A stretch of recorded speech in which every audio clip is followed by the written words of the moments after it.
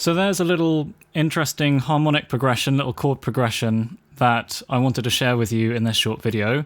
It's a technique that composers have been using for hundreds of years. It's sort of associated with classical romantic, but it also pops up in more contemporary music. A really famous example would be in Bohemian Rhapsody by Queen.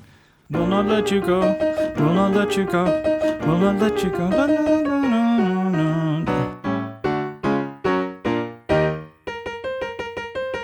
And so on. That bit is the same sequence that I was playing earlier, just in a different kind of context. So let me break it down slowly and you can see exactly what's going on here. So we're starting on a B minor chord, and then I'm dropping down a tone, or a whole step, as it's sometimes called, and then I'm using that as the dominant chord to take me to D major. So I'm going 5-1 there. Then I'm dropping down a semitone, or a half step, to D flat or C sharp 7, and going to a minor chord. Then I'm dropping down a tone, cadence, semitone, cadence. And so there's basically two things that are going on. First of all, we're alternating between major and minor chords at the main sort of emphasis point. So we're starting minor, then we're resolving to a major, then we're resolving to minor, major, minor, and so on. And the other thing that's happening is we're alternating between dropping down by a half step or a whole step. So we're going, our first move downwards is by a tone, and then we're going semitone. So the semitone down is always preceding the minor chords, and the tone down is always what prepares the major chords. If you're not super familiar with your dominant chords and tonic chords and all those relationships, you can just count the semitones. So from A, we're counting 1, 2, 3, 4, 5, and that's going to be our landing, our target chord. So this is the chord that sets it up, and then 1, 2, 3, 4, 5 is our target chord. Then we're dropping down, 1, 2, 3, 4, 5, that's our target chord. If we take the major chords and turn them into major seventh chords, which is just a sort of decorated form of a major chord, sounds like this. And then we use dominant seventh, and then we go to a minor seventh chord instead of a minor chord. And now we get something that sounds a lot more soul-y, a lot more kind of jazzy.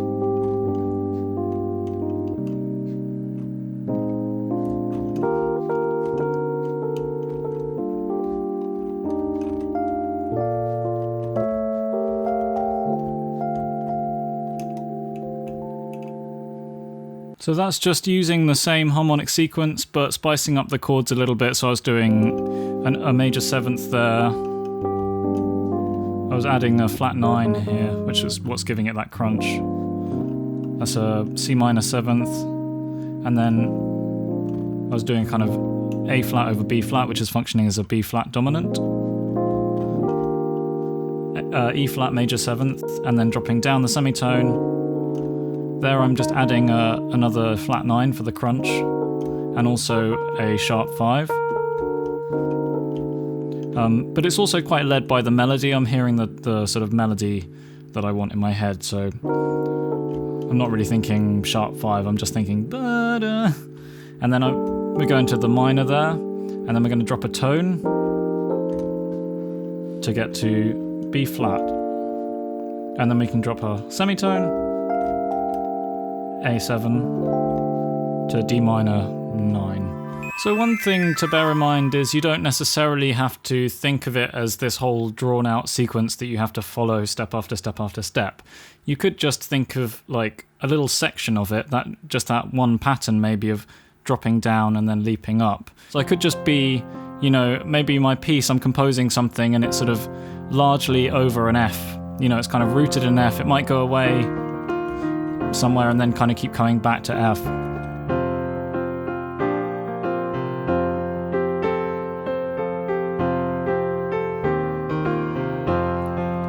So I'm just in F, and I want to take it somewhere. Then one way that I could do that is this dropping down to the E in this case.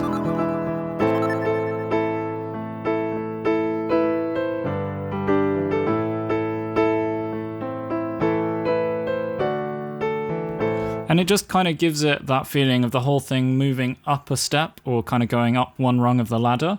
So to me, the thing that kind of ties together these different uses is the idea of a motion, a kind of harmonic motion, a way of traveling from A to B that is kind of offered to us by this little framework.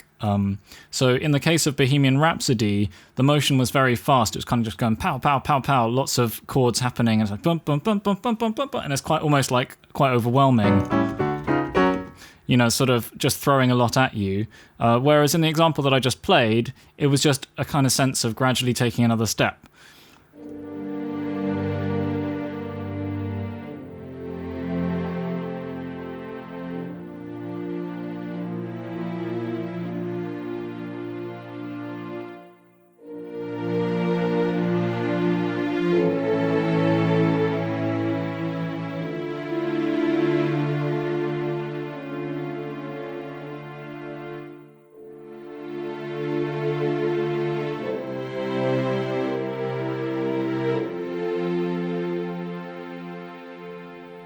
I hope you were able to see there, I was just using the exact same idea, and it was just kind of giving me a direction to go.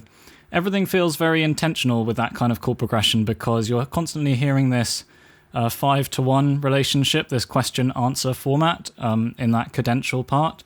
And so I guess 5-to-1 is probably the most classic way of sort of creating a kind of tension and a resolution. At least in the Western classical tradition. That's kind of the bread and butter, if you like. So to me, that sort of familiarity brings with it a sense of, I don't know, a kind of old school sort of simplicity, but also a certain kind of noble beauty, if you like. It's very uncluttered. It feels very kind of sure of itself. And so those are all sorts of things that maybe, you know, you're evoking those kinds of ideas when you're using that in your compositions. One other thing that we can often do with these sorts of sequences and things which have a sort of linear motion is to sort of close the loop and bring it round full circle. So for example, if we take the first couple of chords of the sequence starting on C, we've got C major, B, E minor, D, G, and then we could use that to loop back around to C, because G is the dominant chord of C. So we could kind of go...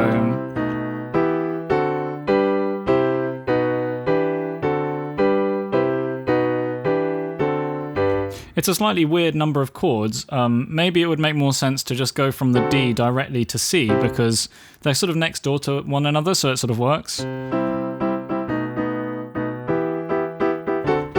And then back.